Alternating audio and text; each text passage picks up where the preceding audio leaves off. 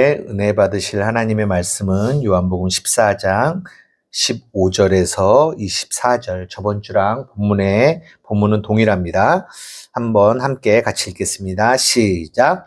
너희가 나를 사랑하면 나의 계명을 지키리라. 내가 아버지께 구하겠으니 그가 또 다른 보혜사를 너희에게 주사 영원토록 너희와 함께 있게 하리니 그는 진리의 영이라. 세상은 능히 그를 받지 못하나니 이는 그를 보지도 못하고 알지도 못함이라. 그러나 너희는 그를 아나니 그는 너희와 함께 거하시며 또 너희 속에 계시겠음이라. 내가 너희를 고아와 같이 버려두지 아니하고 너희에게로 오리라. 조금 있으면 세상은 다시 나를 보지 못할 것이로되 너희는 나를 보리니 이는 내가 살아있고 너희도 살아있겠음이라. 그날에는 내가 아버지 안에 너희가 내 안에 내가 너희 안에 있는 것을 너희가 알리라. 나의 계명을 지키는 자라야 나를 사랑하는 자니 나를 사랑하는 자는 내 아버지께 사랑을 받을 것이요 나도 그를 사랑하여 그에게 나를 나타내리라. 가룟신 아닌 유다가 이르되 주여 어찌하여 자기를 우리에게 나타내시고 세상에는 아니하려 하시나이까. 예수께서 대답하여 이르시되 사람이 나를 사랑하면 내 말을 지키리니 내 아버지께서 그를 사랑하실 것이요 우리가 그에게 가서 거처를 그와 함께 하리라. 나를 사랑하지 아니하는 자는 내 말을 지키지 아니하나니 너희가 듣는 말은 내 말이 아니요 나를 보내신 아버지의 말씀이니라. 아멘. 예, 오늘도 저 먼 캐나다에서 그리고 또 각자의 자리에서 함께 예비하는 우리 한맘교회 성도들에게 하나님의 은혜가 있기를 원합니다. 오늘은 요한복음 14장 저번 주가 이제 15절 한 절을 좀 했고요. 오늘은 그 16절부터 하는데요. 또 다른 보혜사를 너희에게 주사라는 제목으로 함께 말씀을 나누어 보려고 합니다. 바로 본문으로 한번 좀 들어가 볼게요. 16절에 보면 내가 아버지께 구하겠으니 라고 시작을 합니다. 내가 아버지께 구하겠다. 근데 여기서 보면 내가 아버지께 구한다 라고 써 있는데 이 아버지께라는 말이 이게 원어로 보면은 이 대격이에요. 대격이라는 게 무슨 말이냐면 목적격이에요. 그래서 아버지께 구한다라고 표현하기보다는 아버지를 구한다라고 표현하는 게 맞아요. 여러분 보십시오. 아버지께 구하는 거와 아버지를 구하는 거랑은 어떤 차이가 있을까요? 아버지께는 아버지의 나의 어떤 소원, 희망을 구하는 것 같아요. 그렇죠. 아버지를 구하는 것, 그 하나님. 그 아버지를 구하는 거. 완전히 큰 차이가 있는 거예요. 방금 말씀하신 것처럼 아버지께 구하는 거는 그 아버지께 내가 원하는 무언가를 구하는 거죠. 우리는 대부분 그렇게 이해를 해요.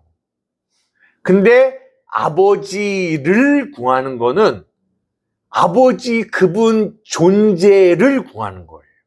근데 참 이게 어마어마한 차이거든요.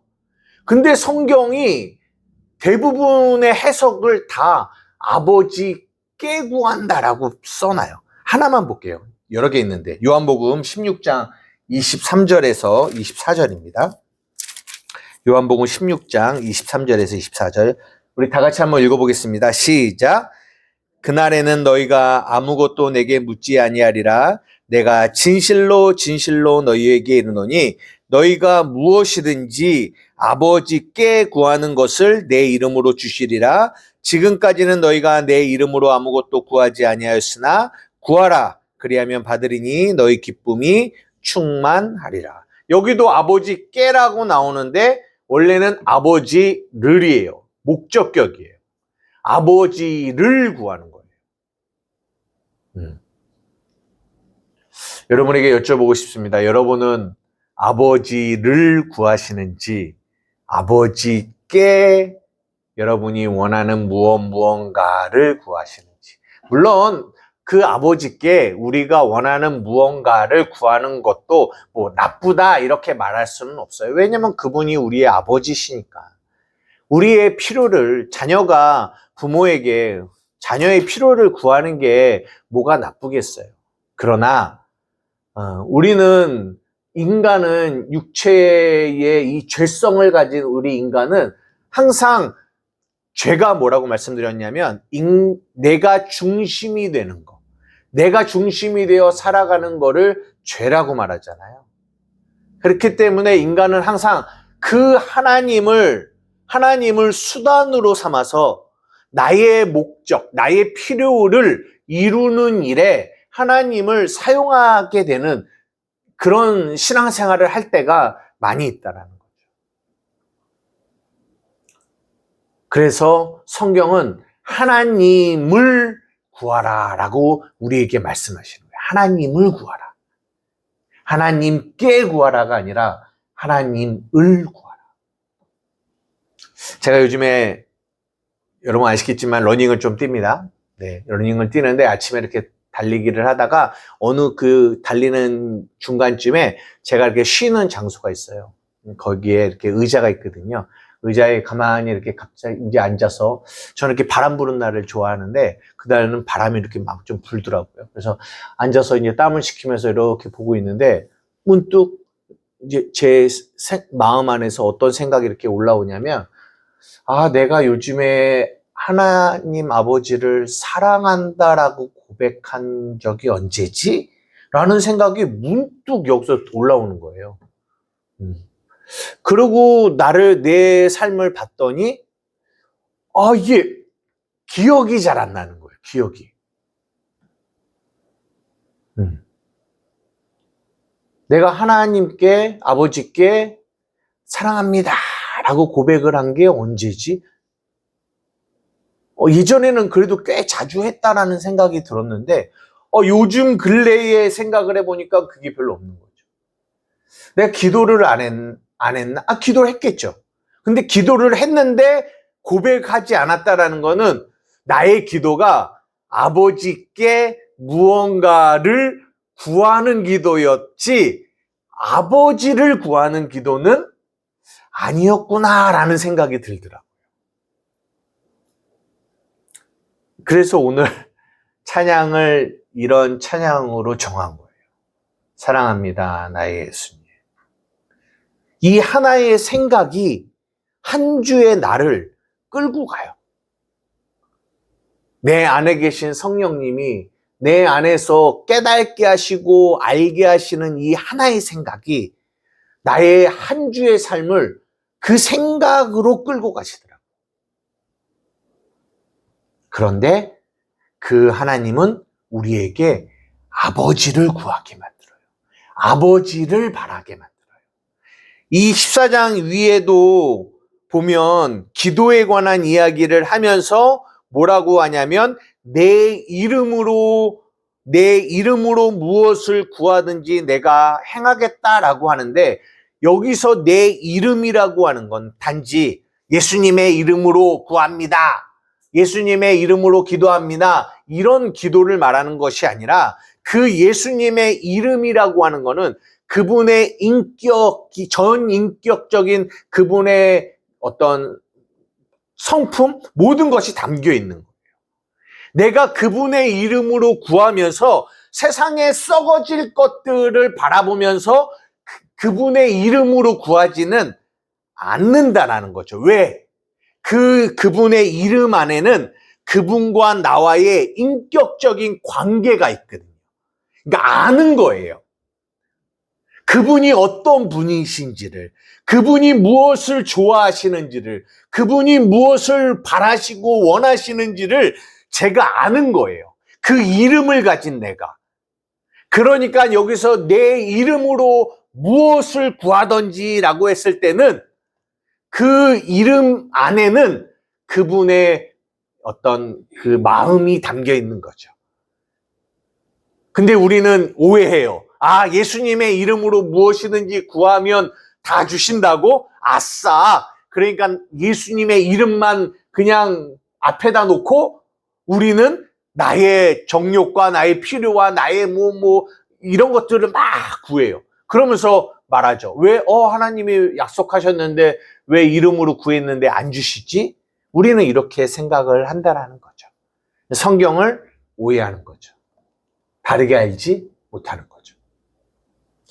여러분, 여러분의 삶에서 여러분 아버지를 구하는 여러분 되기를 주님의 이름으로 축복합니다. 무슨 말인지 이해되세요? 아버지를 구하는 거예요. 이제 우리가라고 말하면 안 되겠구나.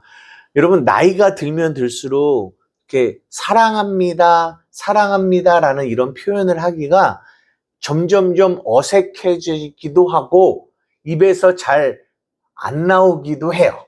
그죠? 네. 그런데 우리가 아무리 나이를 먹어도 하나님 아버지 앞에서는 우리는 자녀예요.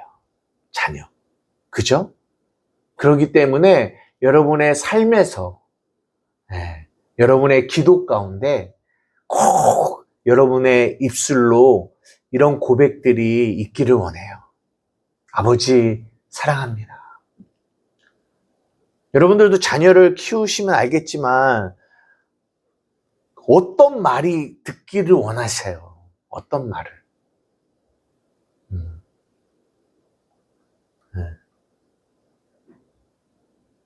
물론 필요를 구하기도 하겠죠. 근데 진짜 부모가 듣고 싶은 말은 진짜 마음 안에서 나오는 진실된 사랑한다, 감사하다, 고맙다 이런 말들이, 이런 표현들이 부모는 그게 제일 좋은 거죠. 그죠? 우리 하나님도 동일합니다. 왜 하나님이 우리가 부모가 되게 하시냐면은 그 부모의 자리에서 하나님 아버지의 마음을 느끼고 경험하라고 우리에게 이 아래 세상에서 부모라는 이 자리를 우리에게 경험케 하시는 거예요. 여러분, 우리 한마음교회 성도들은 그렇게 아버지를 구하고 아버지를 사랑한다고 고백하는 저와 여러분이 되어줬으면 좋겠습니다. 자주. 그리고 내가 아버지께 구하겠다라고 하면서 이제 그 다음에 오늘의 제목인 또 다른 보혜사를 너희에게 주사라고 이야기를 합니다. 또 다른 보혜사. 또 다른 보혜사라고 하면은 보혜사가 또 딴 보혜사가 있는 거죠. 그리고 이 또 다른 보혜사, 이분은 이제 성령님이신데, 그러면 성령님 말고 이 보혜사, 원래 보혜사는 누구냐? 이 요한복음의 저자가 요한이거든요. 이 요한이 저 성경 뒤에 요한 1서, 2서, 3서를 기록했는데, 그 요한 1서 2장 1절에 나와요. 한번 볼까요? 우리 다 같이 한번 읽어볼게요. 시작.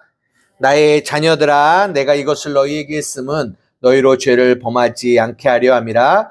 만일 누가 죄를 범하여도 아버지 앞에서 우리에게 대언자가 있으니 곧 의로우신 예수 그리스도시라. 여기서 대언자라고 나와 있지만 이게 같은, 우리가 오늘 본문에 나오는 보혜사와 같은 말이에요. 파라클레토스라고 해서 보혜사라는 뜻이에요.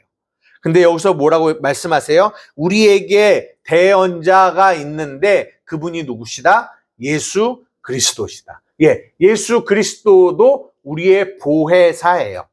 그런데 여기서 말씀하시는 우리 본문에서 말씀하시는 보혜사는 또 다른 보혜사예요. 근데 여러분, 보혜사가 뭔지 아세요? 보혜사. 구원자의 의미는 아니고요. 보혜사라고 하면 무슨 보자일까요? 여러분, 한자로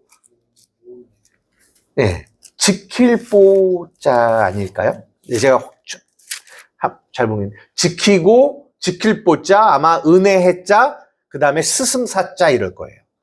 지키고 은혜를 베풀고 그리고 우리를 가르치는 스승으로서의 분. 그래서 우리는 이 보혜사라는 단어를 썼고, 이 보혜사라는 단어는요, 마태, 마가, 누가는 안 써요. 오직 누구만 쓰냐? 요한만 써요. 성경에서 요한만 보혜사라는 단어를 써요. 근데 이거를 영어로 하면 여러 가지가 나와요. 뭐 상담가, 변호사, 조력자, 위로자, 뭐 이런 뜻을 가지고 있거든요.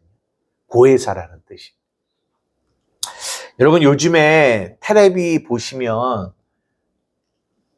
오땡땡 박사님 뭐 해갖고 뭐 금쪽 같은 내 새끼 뭐 이렇게 해갖고 오땡땡 박사님 뭐 그리고 또 뭐 요즘에는 이 땡땡 뭐 그분도 막 이렇게 나오셔서 하시고 또 김창땡 어떤 뭐 그런 분들도 나오셔갖고 막 이렇게 상담해주고 이야기해주는 게 굉장히 이렇게 핫합니다. 물론 예전부터 핫했죠. 굉장히 많아져요. 이제 그런 분들이 상담하시는 내용을 들어보면 야 정말 포인트를 그 문제의 핵심을 너무나 잘 집어주고 있는 것들을 보게 돼요. 그리고 어떤 해결책까지. 그래서 그런 분들에게 상담을 받으려면요, 뭐 몇 달, 뭐 몇 년을 기다려야 되고 한 번 상담을 받을래도 굉장히 이게 힘이 듭니다. 예. 근데 왜 그럼에도 불구하고 왜 그런 분들에게 이렇게 상담을 받으려고 할까요? 예. 그 안에서 어떤 위로와 해결책을 얻기 때문에 그런 거거든요. 예. 근데요, 성경이 우리에게 말씀하세요. 이 보혜사가 너희와 함께 있다라고 말씀하세요. 이 보혜사가 너희 안에 계시다라고 말씀하세요. 오늘 본문 한번 볼게요. 16절, 17절. 내가 아버지께 구하겠으니 그가 또 다른 보혜사를 너희에게 주사 영원토록 너희와 함께 있게 하리니 그는 진리의 영이라 세상은 능히 그를 받지 못하나니 이는 그를 보지도 못하고 알지도 못함이라. 그러나 너희는 그를 아나니 그는 너희와 함께 거하심이요 함께 거하신대요. 그리고 또 하나 너희 어디에? 속에 계시겠다라고 하는 거예요. 속에. 그러니까 여러분 안에 뭐 비교는 안 되지만 오땡땡 박사님이 여러분 안에 이땡땡 그분이 막 김땡땡 그분이 여러분 안에서 막 여러분에게 상담을 해주는 거랑은 비교가 안 되겠죠. 왜냐하면 그분은 보혜사 성령님이시니까. 그러니까 성령님이 그 보혜사가 여러분 안에 계신다고요. 여러분 안에. 여러분 이것을 믿으셔야 돼요. 근데 보십시오. 18절 한번 볼게요. 18절. 제가 이 부분이 굉장히 좀 마음에 왔는데 18절 다 함께 읽어보겠습니다. 시작. 내가 너희를 고아와 같이 버려두지 아니하고 너희에게 오리라. 여러분 고아라고 하는 거는 뭐예요? 아버지, 부모가 없는 거예요. 그러니까 무언가를 잃어버린 상태를 꼭 부모가 아니더라도 무언가를 잃어버린 상태를 고아의 상태다라고 얘기해요.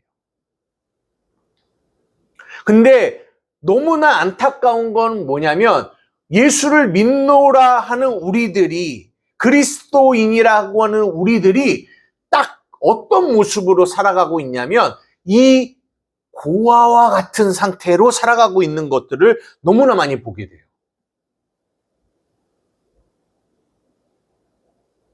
아니 그 밖에 있는 많은 이런 전문가들에게는 눈이 있지만 정말 그 누구와 비교할 수 없는 보혜사, 그 상담가이시고 우리 변호사이시고 우리를 도와주시고 위로하시는 그 보혜사가 우리 안에 계시는데 우리는 그것을 뭐하지 않는다?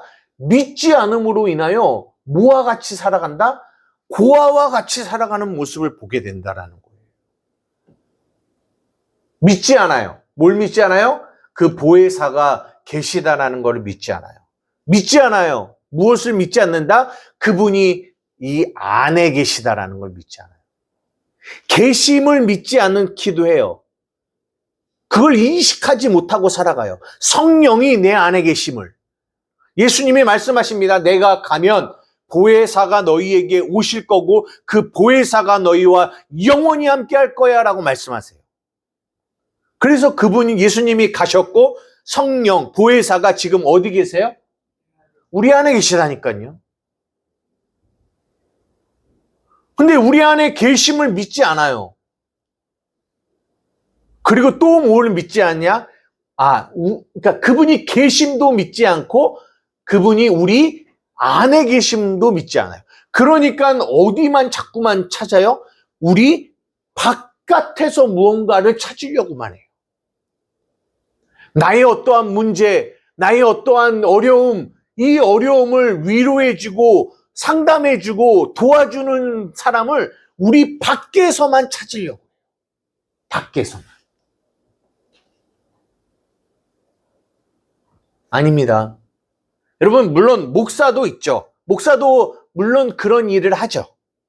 목사도 이런 상담을 해주고 여러분들에게 말씀을 알게 해주고 하는 일을 하죠. 그러나 늘 여러분들에게 말씀드리지만 목사는 진정한 스승이 가르치는 자가 아니에요. 우리의 진정한 스승은 누구시더라고요?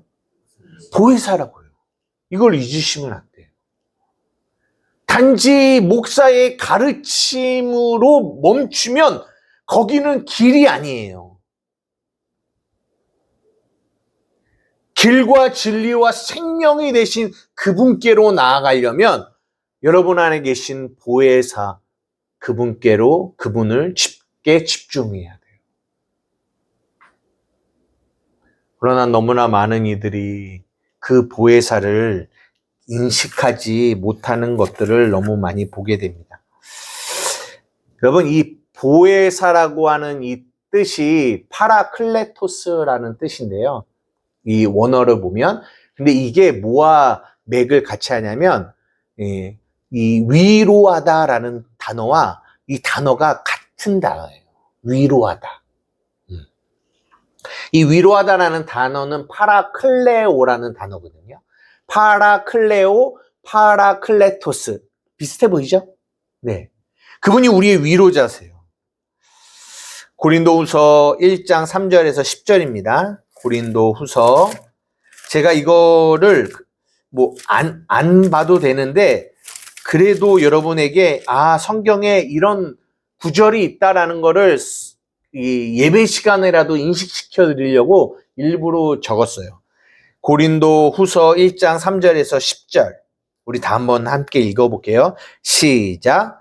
찬송하리로다. 그는 우리 주 예수 그리스도의 하나님이시오 자비의 아버지시오 모든 위로의 하나님이시며 우리의 모든 환난 중에서 우리를 위로하사 우리로 하여금 하나님께 받은 위로로서 모든 환난 중에 있는 자들을 능히 위로하게 하시는 이시로다. 그리스도의 고난이 우리에게 넘친 것 같이 우리가 받은 위로도 그리스도로 말미암아 넘치는도다. 우리가 환난 당하는 것도 너희가 위로와 구원을 받게 하려는 것이요 우리가 위로를 받는 것도 너희가 위로를 받게 하려는 것이니 이 위로가 너희 속에 역사하여 우리가 받는 것 같은 고난을 너희도 견디게 하느니라. 너희를 위한 우리의 소망이 견고함은 너희가 고난에 참여하는 자가 된 것 같이 위로에도 그러할 줄을 알미라. 형제들아 우리가 아시아에서 당한 환난을 너희가 모르기를 원하지 아니하노니 힘에 겹도록 심한 고난을 당하여 살 소망까지 끊어지고 우리는 우리 자신이 사형 선고를 받은 줄 알았으니 이는 우리로 자기를 의지하지 말고 오직 죽은 자를 다시 살리시는 하나님만 의지하게 하심이라. 그가 이같이 큰 사망에서 우리를 건지셨고 또 건지실 것이며 이후에도 건지시기를 그에게 바라더라. 우리의 진정한 위로자 하나님 예수 그리스도 성령님이 우리의 위로자가 된다라고. 그러면 그분은 어떻게 위로하실까요? 예? 그분은 어떻게 위로하실까요?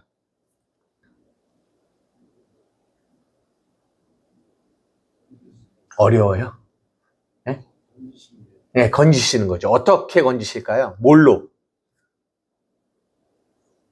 예?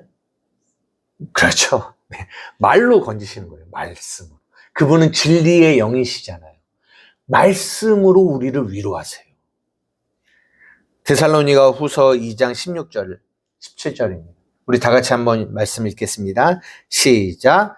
우리 주 예수 그리스도와 우리를 사랑하시고 영원한 위로와 좋은 소망을 은혜로 주신 하나님 우리 아버지께서 너희 마음을 위로하시고 모든 선한 일과 말에 굳건하게 하시기를 원하노라. 우리 주 예수 그리스도와 우리를 사랑하시고 영원한 위로와 좋은 소망을 은혜로 주신 하나님 우리 아버지께서 너희 마음을 위로하시고 모든 선한 일과 말에 굳건하게 하시기를 원합니다.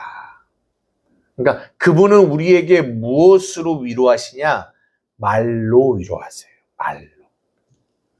말로 위로하세요. 그러면 말로 위로한다라는 거는 우리가 생각하는 위로는 아유 그랬어. 아유 그렇게 힘들었어.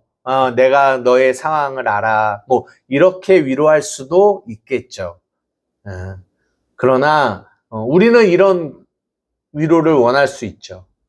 그러나 성령님이 우리를 위로하시는 위로가 어떠한 위로인지 오늘은 그거를 잠시 조금 보고 그리고 마치려고 하는데요. 제가 이 위로자를 묵상할 때 생각이 난 사람이 누구냐면 여러분 욥기 아세요? 욥기? 욥기라는 이 욥이라는 사람이 있는데요. 욥기, 시편, 잠언, 전도, 아가 이때 여기에 나오는 욥이라는 사람이 있는데 이 욥이라는 사람이 어느 시대 사람이냐면 아브라함 시대의 사람이에요. 아브라함 시대. 그 욥이 여러분 아시는 것처럼 당대의 의인이었습니다. 굉장히 하나님을 잘 섬기는 사람이었어요. 근데 그가 하루아침에 이 어마어마한 부자였는데 모든 자신의 재물을 다 잃어버리고 자녀들까지 다 잃어버려요. 그리고 몸에 악창이 나서 괴로워하고 아내는 떠나갔습니다. 그런 상태가 되었어요. 고난이 온 거죠. 환난이 온 거죠. 그럴 때 그 욥의 세 친구들이 옵니다. 왜? 위로해 주려고. 욥기 2장 11절입니다. 우리 다음 번 읽어보겠습니다. 시작. 그때의 욥의 친구 세 사람이 이 모든 재앙이 그에게 내렸다함을 듣고 각각 자기 지역에서부터 이르렀으니 곧 대만 사람 엘리바스와 수아 사람 빌닷과 나아마 사람 소발이라. 그들이 욥을 위문하고 위로하여 하여 서로 약속하고 오더라. 예. 이 세 친구가 욥을 위로하려고 왔어요. 그러나 성경은 이들이 진정한 위로자는 아니라고 이야기합니다. 왜냐하면 이 2장부터 31장까지를 가만히 보면 결국은 어떤 내용이 반복이 되냐면 욥은 이런 거예요. 아니 나는 죄가 없는데 왜 나에게 이런 고난이 왔지? 이런 환난이 왔지? 이러고 있는 거고요. 욥의 세 친구는 누구를 의미하냐면 율법 아래 있는 자로서의 위로자예요. 그들은 뭐라고 하냐면 3단 논법을 제시해요. 아니, 봐라. 고난은 죄로부터 오는 거야. 고난은. 근데 너가 지금 고난을 겪고 있잖아. 그러기 때문에 너가 죄가 있는 거야. 이거 무슨 말인지 이해가 되세요? 고난은 죄로부터 오는데 근데 너가 지금 고난을 겪고 있네? 그건 무슨 말이야? 너에게 죄가 있기 때문이야. 그러니까 너는 뭐 해야 돼? 너의 죄가 무엇인지를 찾아봐야 돼. 이렇게 얘기하는 거죠. 근데 이제 욥은 아니야, 나는 죄가 없어. 나는 깨끗해. 이러고 있는 거고. 이 내용이 계속 이루어지는 거죠. 위로가 되겠습니까? 위로가 되지 않아요.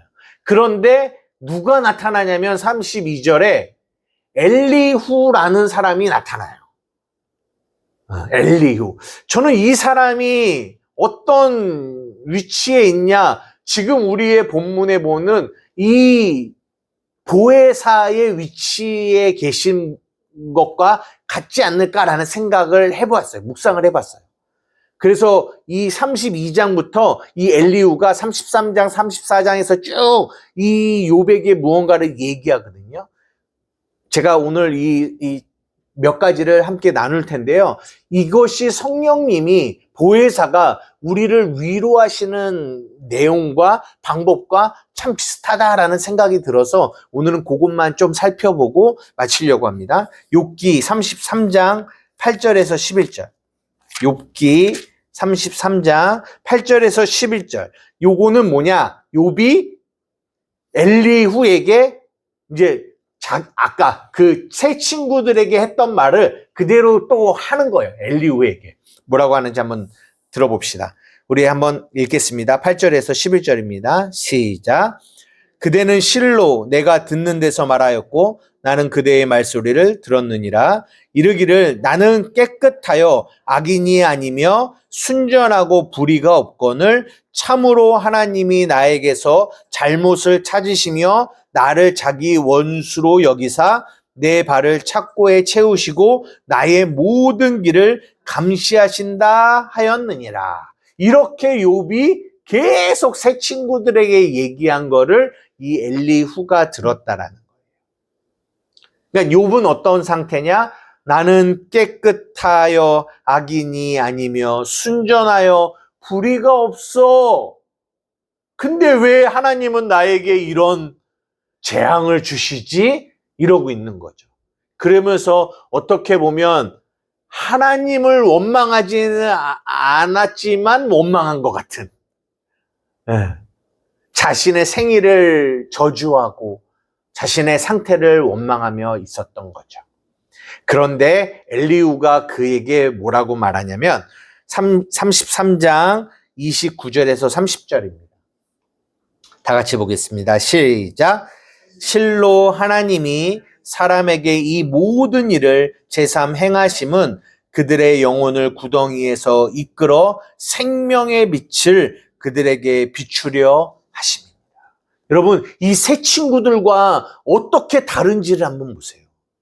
새 친구들은 율법 아래에 있는 이들은 끊임없이 그 고난당하는 이들에게 찾아가서 뭐라고 얘기하냐면 그건 너 죄 때문이야.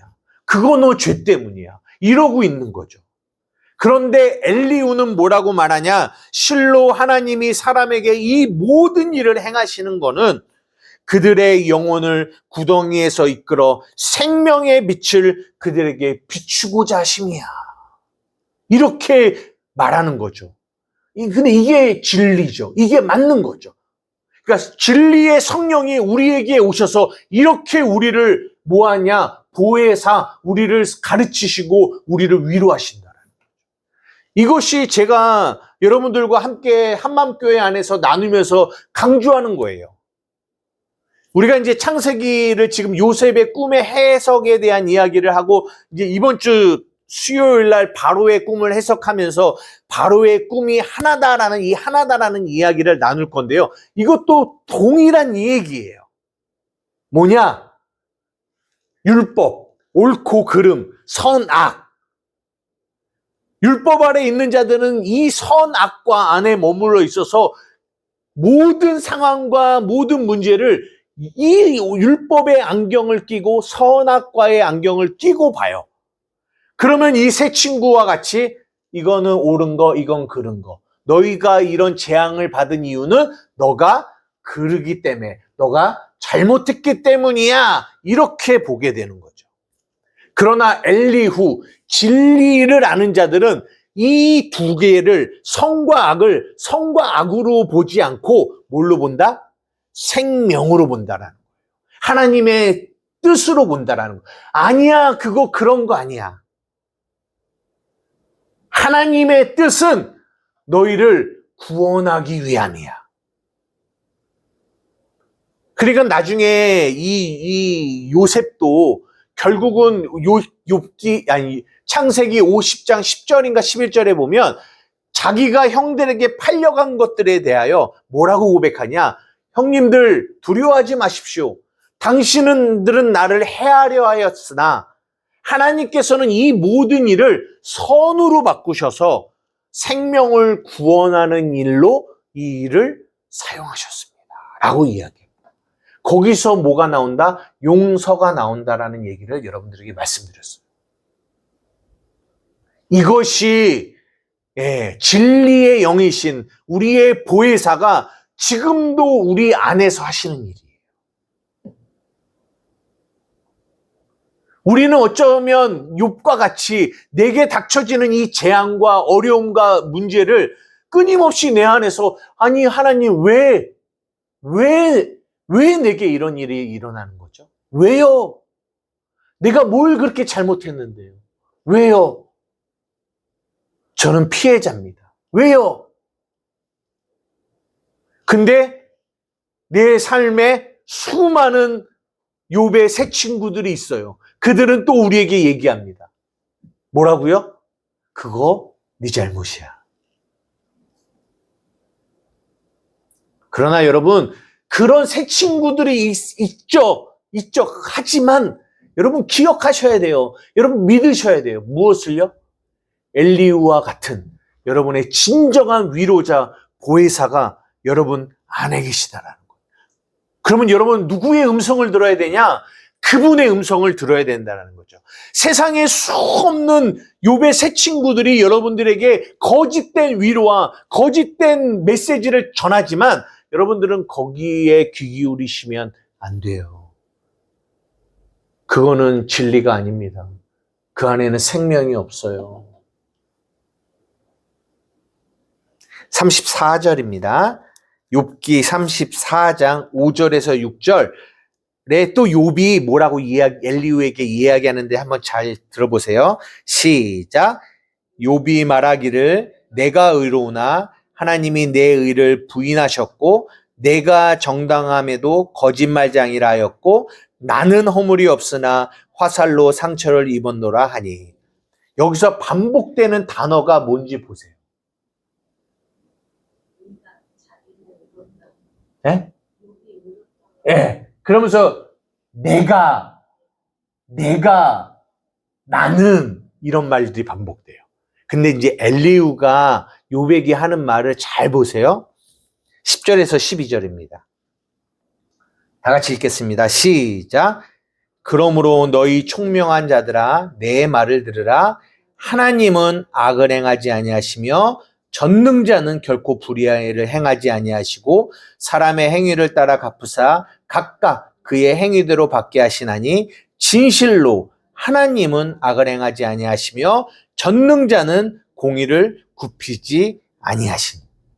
여러분 이 5절과 6절은 누가 계속 욥이 뭐라냐면 나는 내가 나에게 집중해 있어요. 나만 바라봐요. 자기만 봐요. 이것이 죄라고요. 근데 엘리후는 계속 뭘 보게 하냐? 하나님은 전능자는 어떠시다라는 거를 계속 말해줘요. 여러분 이것이 굉장히 중요한 겁니다. 우리에게 재앙이 오고 환란이 오면요. 그 환란을 내가 당하잖아요. 그러니까 우리는요. 그 환란과 어려움 속에서 이 어려움이 오면 죄성이 이 안에서 발휘되면서 나에게 집중해요. 나에게 집중하면서 우리는 어떤 마음을 가지냐면 그 하나님을 자꾸만 왜곡해요. 하나님을 잘못되게 봐요. 하나님을 못 봐요. 그러면서 내 중심이 돼요. 그래서 위로도 내가 중심이 된 위로를 받으려고 해요. 그런데 우리 안에 계신 성령님이 끊임없이 어떤 얘기를 하시냐? 아니야. 너를 보면 안 되고 하나님을 봐야 돼. 주체를 계속 나에게서 하나님으로 돌려줘요. 이것이 성령이 우리 안에서 하시는 일이에요. 그래야 그 모든 문제의 핵심과 그 문제의 원인과 그 문제의 해결책을 우리는 발견할 수가 있어요. 나에게 욥과 같이 나에게 집중해 있으면 절대로 그 문제의 바른 원인을 볼 수 없어요. 그 문제의 해결책을 찾을 수 없어요. 우리의 위로자가 되시고 우리의 스승이 되시는 보혜사가 우리 안에서 끊임없이 이 일을 하신다고요. 엘리후처럼. 하나님이 어떠시다라는 것을 말씀하세요. 이거 이해되세요? 마지막으로 하나만 더 보겠습니다. 36장 15절에서 16절. 다 같이 읽겠습니다. 시작.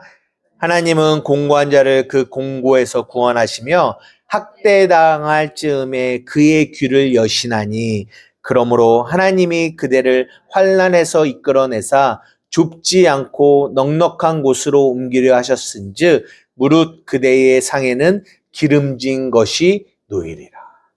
그 고난을 당하고 있는 욥에게 이 엘리후가 뭐라고 이야기하냐면 하나님은 공고한 자를 그 공고에서 구원하시며 학대당할 즈음에 그의 귀를 여십니다. 그러므로 하나님이 그대를 환난에서 이끌어내사 좁지 않고 넉넉한 곳으로 옮기려 하십니다. 무릇 그대의 상에는 기름진 것이 놓일 것입니다. 무슨 말이에요? 여러분, 당신의 삶의 환난으로 마무리되지 않을 것입니다. 하나님은 여러분들의 귀를 여실 겁니다. 하나님은 여러분들을 넓은 곳으로 옮기실 것입니다. 여러분의 상황이 기름진 것으로 놓이실 것입니다. 라고 얘기하십니다. 그것이 우리의 뭐가 되냐? 소망이 돼요. 소망. 이것이 진정한 우리의 위로예요. 그분이 어디 계시다? 여러분 안에 계시다니까요. 말씀을 마치려고 합니다. 오늘은 제가 이 14장, 15장, 16장은 좀 17장까지 이거를 좀 천천히 가고 싶어 해요. 왜냐하면 그 한마디 한마디가 예수님이 우리에게, 이거는 예수님의 유언장인 것 같은 거거든요. 이 십자가의 지식이 마지막에 우리에게, 하나님의 자녀들에게 한마디 한마디를 유언같이 전하시는 거거든요. 저는 그래서 그 말씀 한 말씀을 여러분들이 좀 천천히 먹기를 원해요. 말씀을 마칩니다. 끊임없이 나의 고난에 집중해 있는 우리입니다. 우리는 그 안에서요, 위로도요, 내가 얻고 싶은 위로, 내가 듣고 싶은 말, 내가 원하는 위로를 받기를 원해요. 그래서 막 찾아요. 그런데 그 위로를 밖에서만 찾아요. 안에서 안 찾고.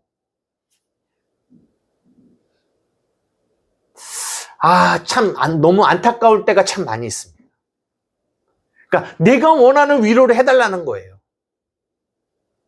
근데 그러니까 뭘 못 보냐? 우리 안에 계신 진짜 우리의 위로자를 못 봐요. 이게 너무 안타까워요. 그러면서 끊임없이 누구만 의지하느냐? 보여지는 사람만 의지해요.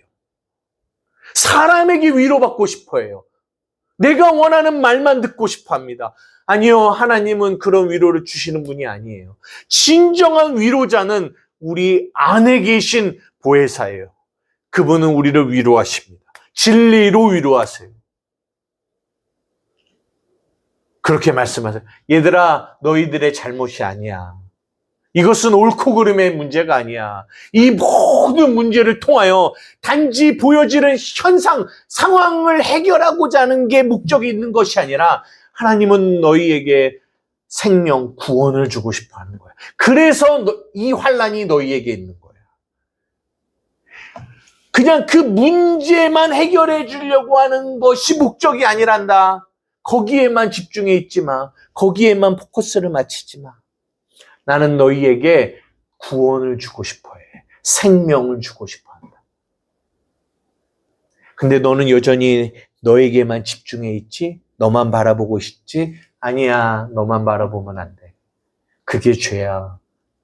하나님을 바라봐야 된다. 하나님의 뜻을 바라봐야 돼. 하나님의 뜻이 무엇인지 거기에 너희들의 관심이 있어야 돼.